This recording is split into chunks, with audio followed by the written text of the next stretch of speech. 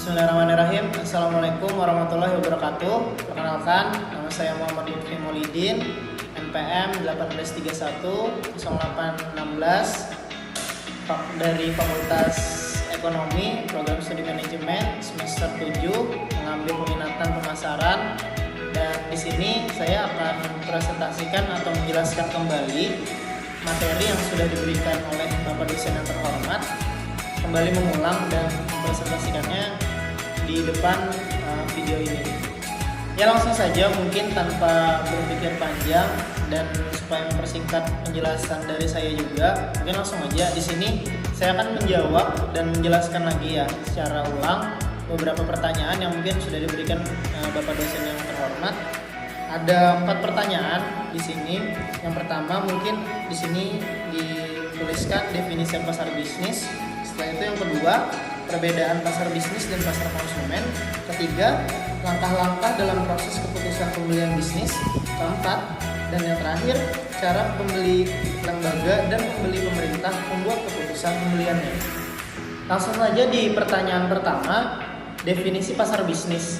Jadi dari definisi pasar bisnis ini saya sedikit menjelaskan mengenai definisinya, yaitu pasar bisnis itu adalah transaksi pertukaran barang yang terjadi antara satu perusahaan dengan perusahaan lain untuk dijual kembali atau untuk dijadikan bahan baku suatu produk.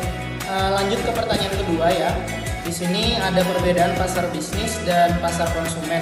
Nah, jadi mungkin sebelum saya menjelaskan perbedaan kedua definisi tersebut atau kedua perbedaannya apa, mungkin kita ulik lagi lebih jauh tentang definisinya. Nah, jadi mungkin saya ulang lagi.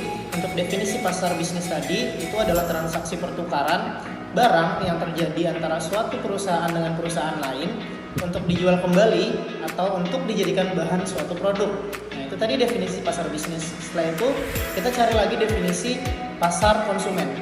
Nah, kalau definisi pasar konsumen itu adalah suatu transaksi di mana pertukaran barang antara produsen dengan konsumen rumah tangga. Nah, jadi di sini bisa dilihat perbedaannya, yaitu kalau pasar bisnis itu terjadi pemasarannya itu di satu perusahaan dengan perusahaan lain. Jadi dia bergerak di bidang perusahaannya.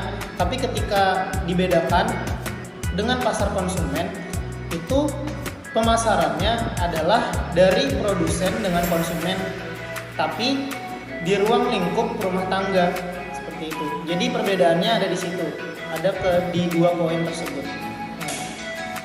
Lanjut lagi di pertanyaan yang ketiga. Di sini langkah-langkah dalam proses keputusan pembelian bisnis. Jadi di sini ditanyakannya langkah-langkahnya ya. Mungkin pernah dijelaskan juga oleh Bapak dosen yang terhormat, dan mungkin saya sedikit mengulang lagi apa yang memang sudah dijelaskan dan dari materi yang sudah beliau berikan kepada saya. Jadi untuk langkah-langkahnya dalam proses keputusan pembelian bisnis terhadap perusahaan ya khususnya, itu terdapat 8 langkah. Nah, langkah yang pertama itu ada pengenalan masalahnya dulu. Setelah itu yang kedua ada deskripsi kebutuhan umum. Ketiga ada spesifikasi produk. Keempat ada pencairan pemasok. Kelima, pengumpulan proposal. Keenam, pemilihan pemasok. Ketujuh, spesifikasi pesanan rutin. Kedelapan, yang terakhir itu tinjau ulang kinerja. Lanjut lagi ke pertanyaan yang terakhir. Di sini ada cara pembeli lembaga dan pembeli pemerintah membuat keputusan pembeliannya. Jadi di sini terdapat 2 cara untuk melakukan pembelian lembaga dan pembeli pemerintah ya, untuk membuat keputusan pembelian khususnya. Jadi terdapat 2 cara. Cara yang pertama itu pembeli pemerintah, membeli produk dan jasa untuk pertahanan, pendidikan, kesejahteraan umum dan kebutuhan umum lainnya. Terus itu lanjut praktek pembelian pemerintah sangat khusus dan sangat spesifik dengan tender terbuka atau secara negosiasi kontrak di sini yang dipakai, dan menjadi karakter sebagian besar pembelian lainnya. Lanjut lagi ke cara yang kedua, itu pembeli pemerintah beroperasi di bawah pengawasan kongres dan lembaga pemerhati swasta Dan juga oleh sebab itu, pembeli pemerintah sangat cenderung mensyaratkan lebih banyak administrasinya dan juga tanda tangan untuk mendapatkan kelegalan pembelian tersebut, serta merespon lebih lambat dan tidak bebas ketika menempatkan pesanan yang sudah dibuat. Mungkin sekian penjelasan dari saya di dalam video tersebut. Saya meminta maaf apabila ada salah perkataan, perbuatan, dan penjelasan yang memang kurang di hati Bapak dosen.